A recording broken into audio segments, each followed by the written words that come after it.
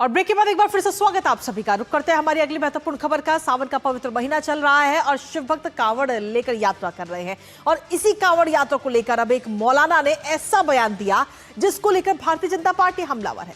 दरअसल all India इमाम association के अध्यक्ष मौलाना साजिद रशीदी ने कांवड़ यात्रा को लेकर विवादित बयान देते हुए कांवड़ियों की तुलना आतंकवादियों से कर दी है, जिसके बाद अब इस पूरे बयान पर राजनीति गर्मा गई है।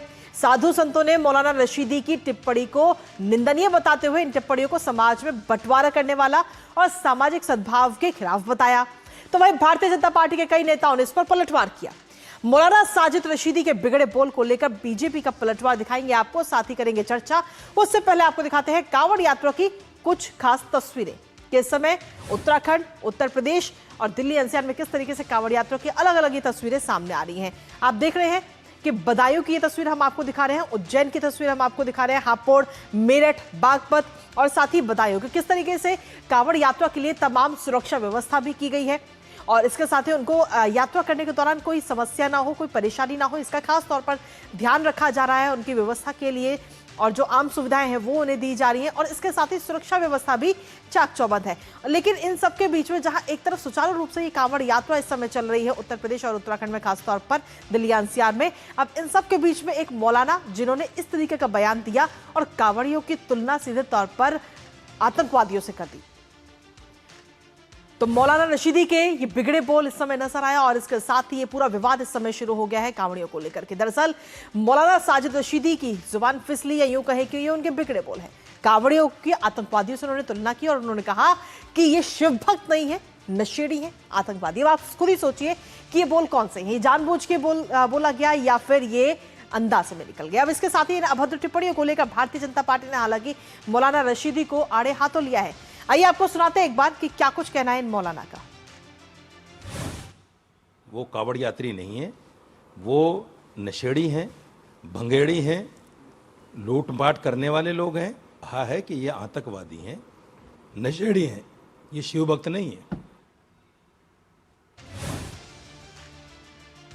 तो अब जो बयान उन्होंने दिया उससे ये तो नजर आता है कि उनकी जुबान तो नहीं फिसली बल्कि उन्होंने जानबूझकर इस तरीके का बयान दिया। अब इस बयान देने के बाद में सीधे तौर पर अब एक तरह से हम कह सकते हैं कि भारतीय जनता पार्टी के जो विधायक है नंद किशोर गुर्जर ने इस समय एफआईआर भी दर्ज करा दी है, जिसकी तस्वीर भी हम आपको दिखा रहे हैं। साजिद रशीदी के खिलाफ ये एफआईआर दर्ज कराई गई है और इसके साथ ही कांवड़ियों पर जो अभद्र टिप्पणी की गई उसके खिलाफ ये शिकायत दर्ज कराई है, ये एफआईआर दर्ज कराई गई है। भारतीय जनता पार्टी के विधायक हैं, उनकी तरफ से ये शिकायत दर्ज कराई गई है मौलाना साजिद रशीदी के खिलाफ।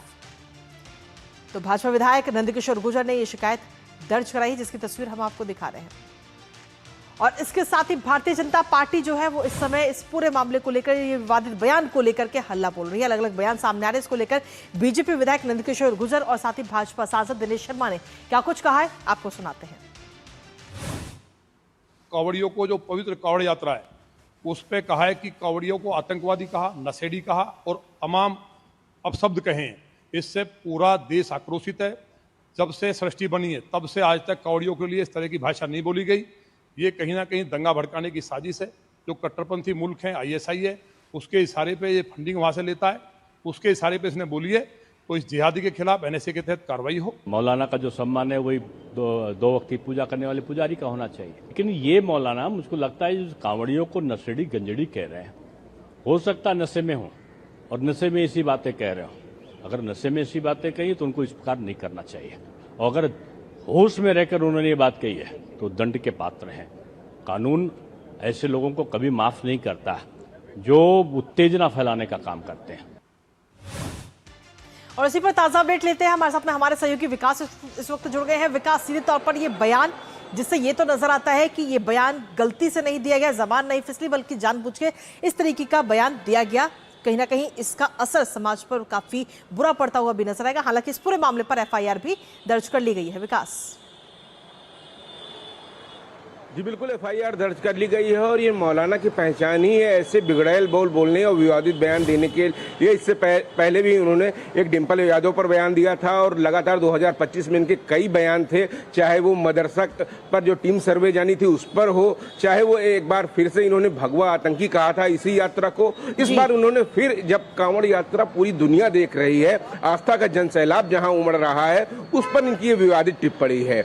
दूसरी तरफ मुख्यमंत्री योगी आदित्यनाथ ने कहा है कि यह जो कांवड़ यात्रा है ये कहीं ना कहीं सामाजिक समरसता, आस्था और अनुशासन का संगम है, दिखता है। वहां पर पूरी दुनिया देख रही है, कई कई किलोमीटर तक कांवड़िए जाते हैं, उनके पैरों में छाले पड़ जाते हैं, कई तो ऐसे हैं जो बिना पैर वाले जाते हैं, चलते हैं। किस तरीके से उस आस्था के संगम को देखने के लिए साल भर लोगों को इंतजार करना पड़ता है, इस जो श्रद्धा दिखती है इस कांवड़ यात्रा में। और ऐसे में इन जैसे लोग जो इस यात्रा पर सवाल उठाते हैं, मुख्यमंत्री योगी आदित्यनाथ ने कहा कि कोई व्यक्ति जो भी इसमें गड़बड़ी फैलाने की कोशिश करेगा, सौहार्द बिगाड़ने की कोशिश करेगा, उसके खिलाफ सख्त एक्शन लिया जाएगा। और मुख्यमंत्री योगी आदित्यनाथ ने निर्देश दिए हैं कि किसी भी प्रकार का कोई भ्रम न फैलाया जाए, इसके लिए सतर्क रहें और कोई भी व्यक्ति अगर गड़बड़ी फैलाता है, बाधा उत्पन्न करता है, उसके खिलाफ सख्त कार्रवाई करनी चाहिए। वहीं इनके खिलाफ आपने बताया कि नंद किशोर गुर्जर ने हजरतगंज थाने में FIR दर्ज कर दी है, मामला दर्ज हो गया है। लेकिन इनकी पहचान ही है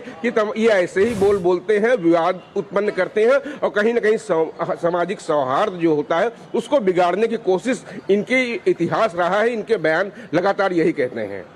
चलिए, बहुत बहुत शुक्रिया विकास, तमाम जानकारी हमारे साथ साझा करने के लिए। तो सीधे तौर पर आस्था को लेकर इस तरीके का ये बयान दिया गया और कहीं ना कहीं विवादित बोल, ये बिगड़े बोल जो इस समय काफी चर्चा का विषय भी बने हुए हैं और अलग अलग प्रतिक्रिया भी इसको लेकर सामने आ रही। फिलहाल बहुत बहुत शुक्रिया आपका।